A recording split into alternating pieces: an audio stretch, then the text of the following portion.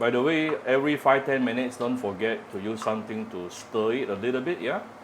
So they don't get stick at the bottom.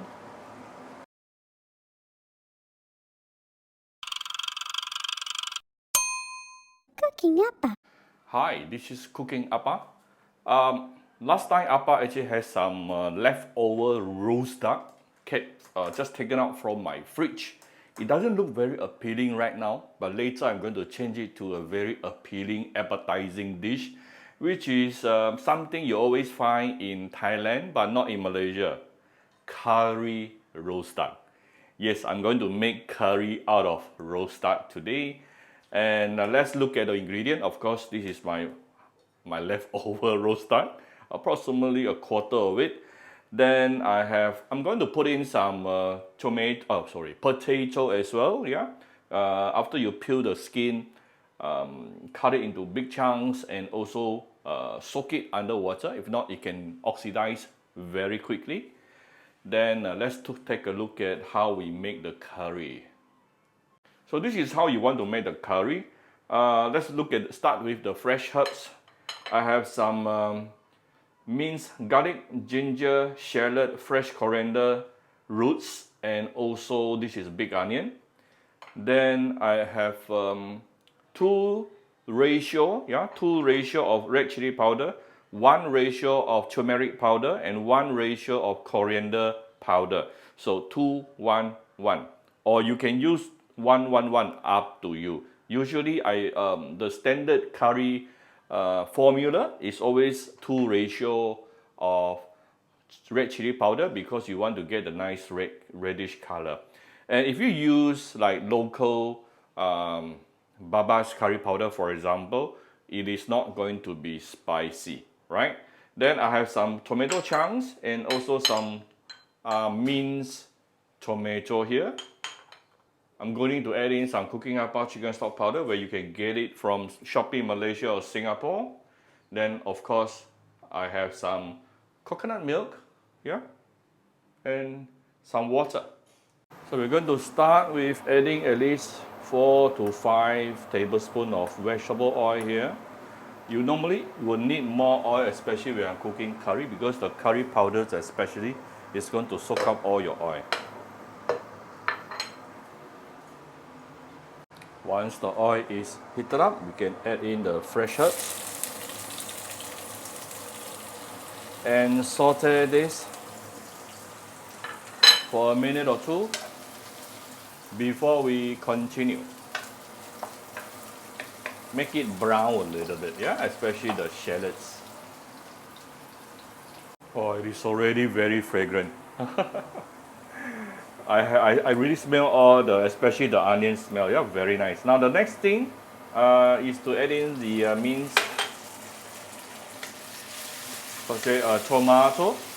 You don't want to add in the minced tomato too early, because if you add in too early, the liquid in the tomato will actually make it harder for you to brown your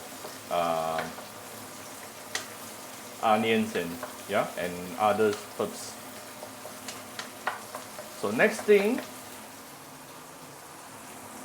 reduce the heat, because we are about to put in the curry powders. Curry powders can get burned very easily, so never put in when it is super high heat. Yeah. So after you add it in, you can slowly raise the heat to maybe medium first, and then medium high, depending on situation. Yeah, you decide. I will put it in about medium. And if you're finding it too dry, always feel free to add in a little bit more oil.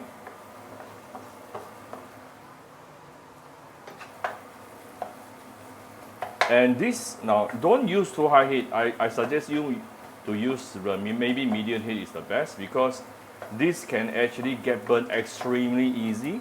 And you want to spend the next 3-4 minutes to keep on sauteing this curry powder to cook through the whole curry powder until the oil starts to separate.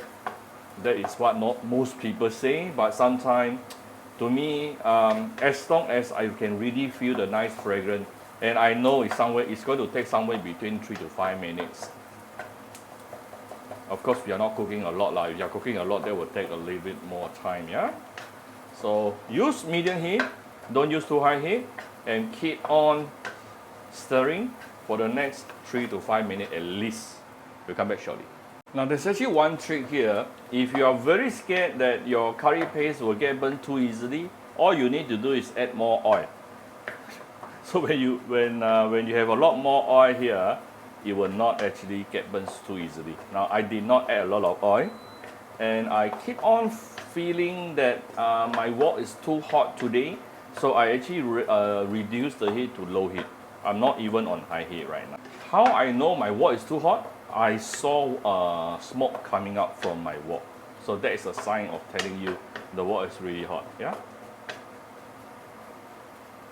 So this is approximately about 4 minutes sauteing. I think it's good enough.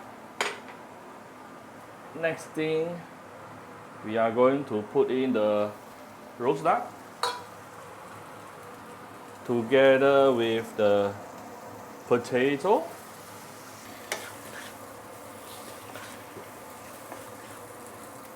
It's a little bit dry.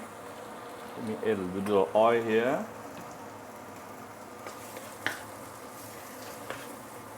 Whoa!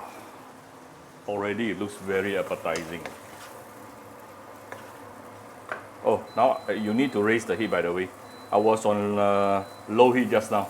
No wonder nothing happened as I stir frying.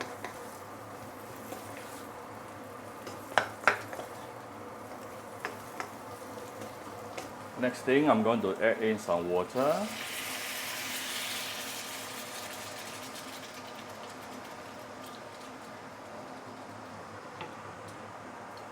Just enough for everything to be submerged under the broth. I'm trying to scrape the bottom a little bit. I'm going to season it with approximately 1 teaspoon of my Cooking Apa chicken stock powder. Immediately the water I put just now become chicken stock. That's how simple it is. 1 teaspoon of salt to start with. Some sugar. Let me try to add in some diluted coconut milk. Alright, I have some diluted coconut milk here. So bring this to a boil. Oh, I still have my tomato chunks. Let me clear my kitchen top. Always a good habit to clear the kitchen top as you cook. Already looks very appetizing. Now basically the duck itself is already cooked. Now what we really want to cook through is the potato. So I should give it at least about 15 minutes to cook the potato. I cut it into smaller chunks today. If it's bigger chunk, then we need about 20 minutes at least. So tune down to medium-low fire and let it cook for about 15 minutes at least, 15 to 20, until your potato is cooked. So this is after simmering under low-medium heat for the past 15 minutes. Actually, I think should be alright today.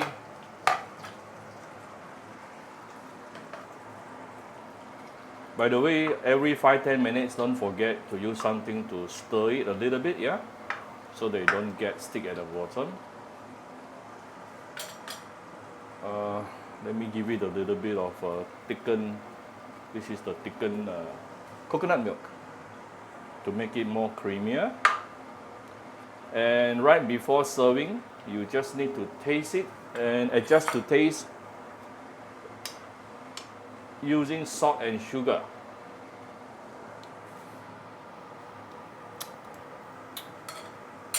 Definitely salty enough. Alright, my roast duck curry is ready.